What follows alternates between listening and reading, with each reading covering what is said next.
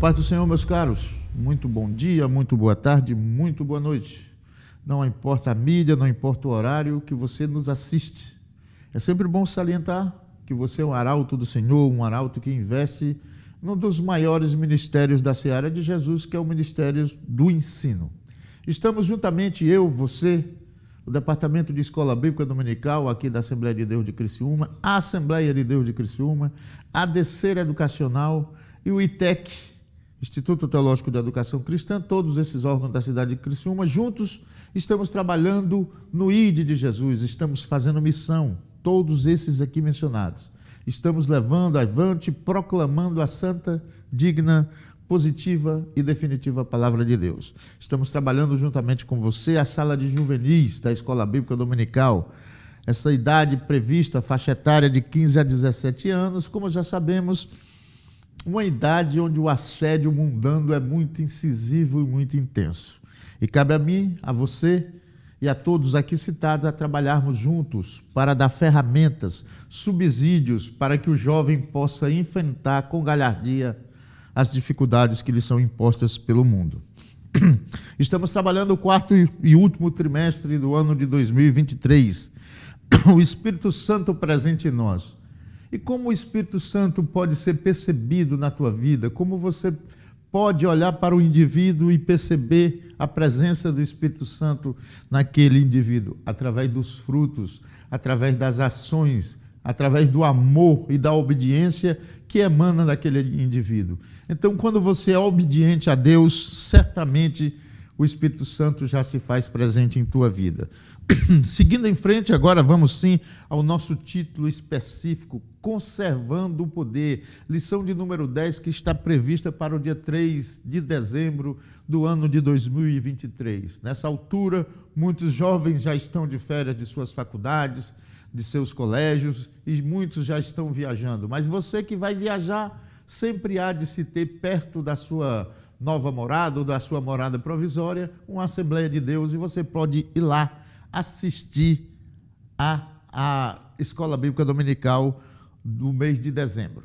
Vamos lá, conservando o poder. Aqui, amados, como vocês já perceberam durante a nossa longa convivência, trabalhando nesse contexto de ministrar aula para os jovens, você já percebeu que eu gosto de trabalhar o título do trimestre e o título do específico. Conservando o poder. Nós falamos muito que Deus e o Espírito Santo nos dão o poder, mas isso é uma questão de interpretação e uma questão de tradução, porque nós conservamos a autoridade. O poder é do Espírito, o poder é de Deus, o poder é de Cristo Jesus.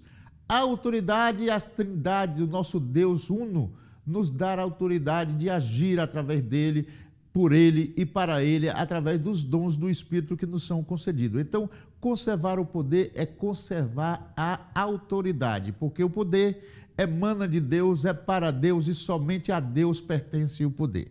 Vamos seguindo em frente, agora sim, já trabalhando as leituras que nos são sugeridas para serem lidas e comentadas durante a semana, e nós, como às vezes somos um tanto quanto preguiçosos intelectualmente, deixamos de lado e nem sequer lemos essas mensagens em casa. E muitos professores, inclusive, também não as mencionam na sala de aula. Eu dou uma ênfase muito forte nessas leituras que são sugeridas, porque elas são uma panorâmica muito generosa de tudo o que discutiremos na lição de hoje.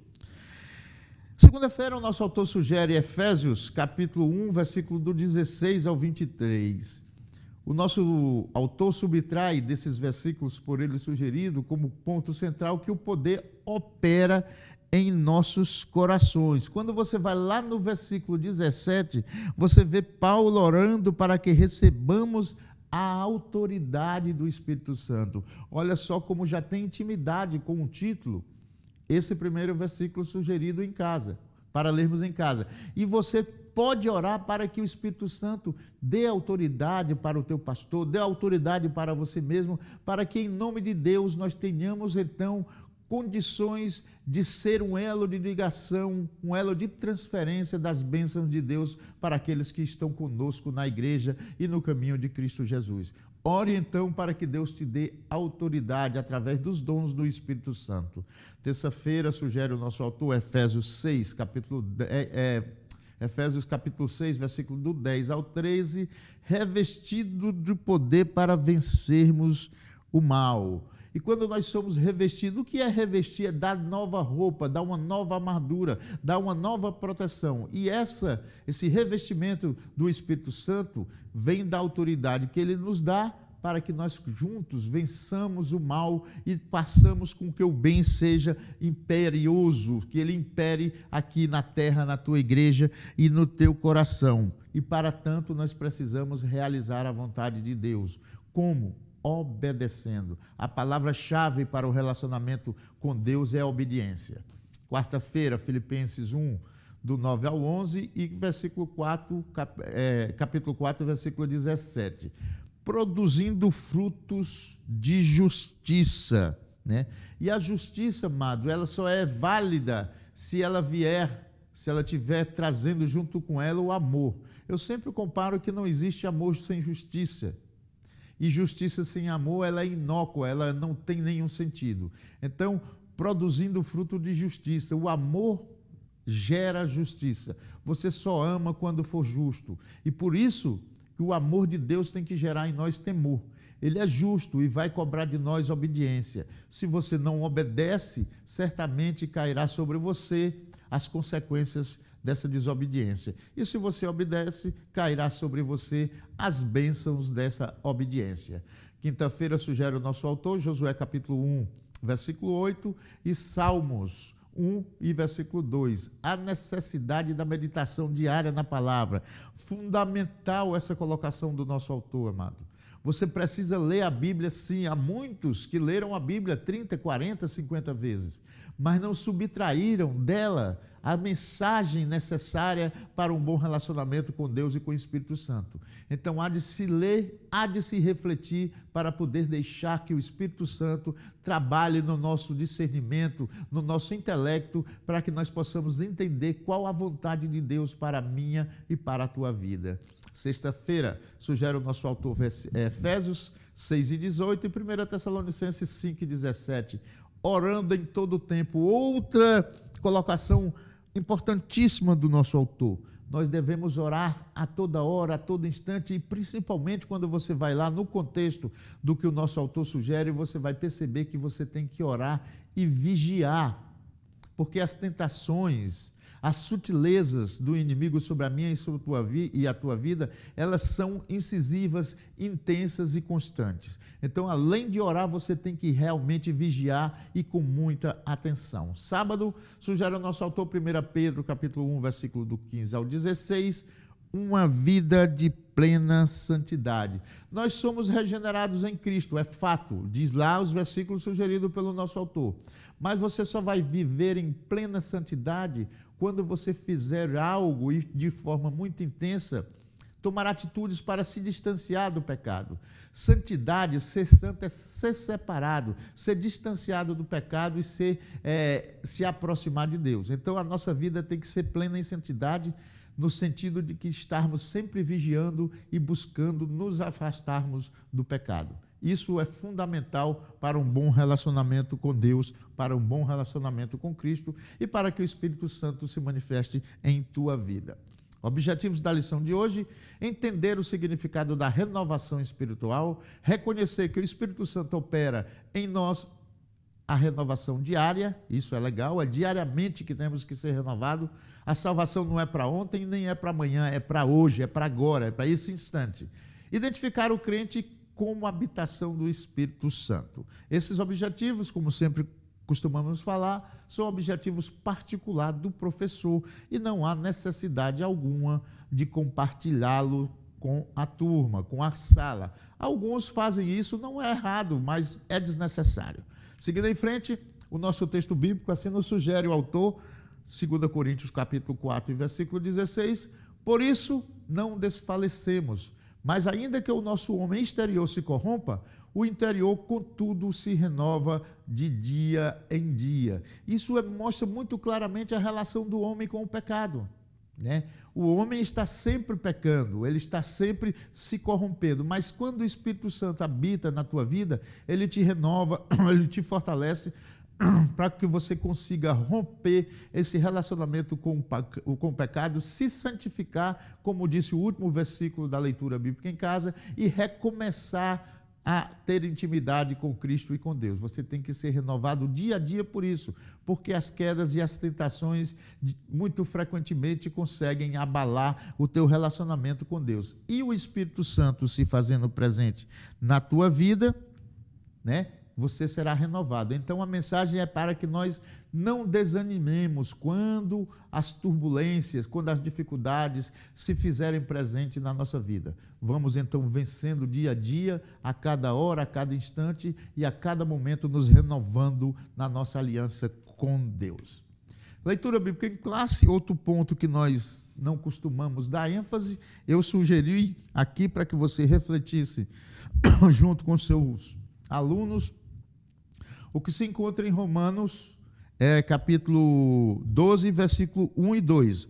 Rogo-vos, pois, irmãos, pela compaixão de Deus, que apresenteis o vosso corpo em sacrifício vivo, santo e agradável a Deus, que é vosso culto racional. Então, aqui tira de fora a emoção, tira fora a idolatria, né? E deixa você entender que Cristo quer te ver bem, que Cristo quer te ver salvo, que Cristo quer te ver obedecendo. E o segundo versículo que diz assim: e não vos conformeis com este mundo, mas transformai-vos pela renovação de vosso entendimento, para que experimenteis como seja boa, agradável e perfeita a vontade de Deus. E a vontade de Deus, meu amado, é que eu e você sejamos salvos.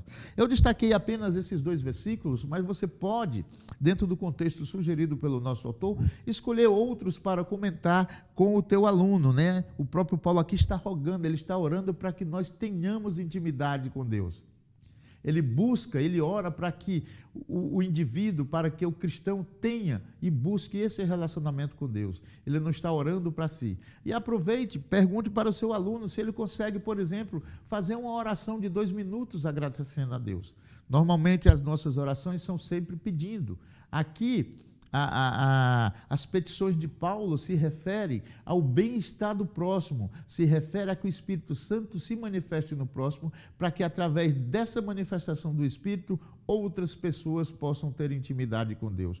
Olha o coração de Paulo como pensava no próximo, e que nós possamos então ser como Paulo, imitador de Cristo, né? Então, que nós possamos, como Paulo, imitar a Cristo, para que nós possamos estar sempre orando, não só pedindo pelo nosso bem-estar, mas pelo bem-estar da sociedade, do planeta, e que o máximo de pessoas possam ser salvos e resgatados quando o grande dia do arrebatamento.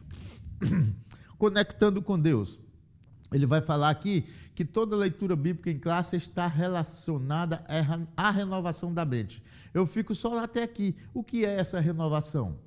É a nova forma de pensar, é você ter uma nova maneira de se relacionar com Cristo. E a partir dessa nova maneira de se relacionar com Cristo, você se torna uma pessoa mais justa, mais santificada e mais próximo de Cristo Jesus. Seguindo em frente, vamos aqui à renovação espiritual na vida do crente. Ele fala na nossa introdução, né? Eu particularmente já considero tudo que aqui foi dito a introdução, mas no primeiro tópico do nosso autor, ele vai falar que no Antigo Testamento, né, nós necessitávamos do sacerdote para manter a chama do templo acesa. Nós precisávamos do sacerdote para poder intermediar a minha relação com Deus, a relação do homem com Deus.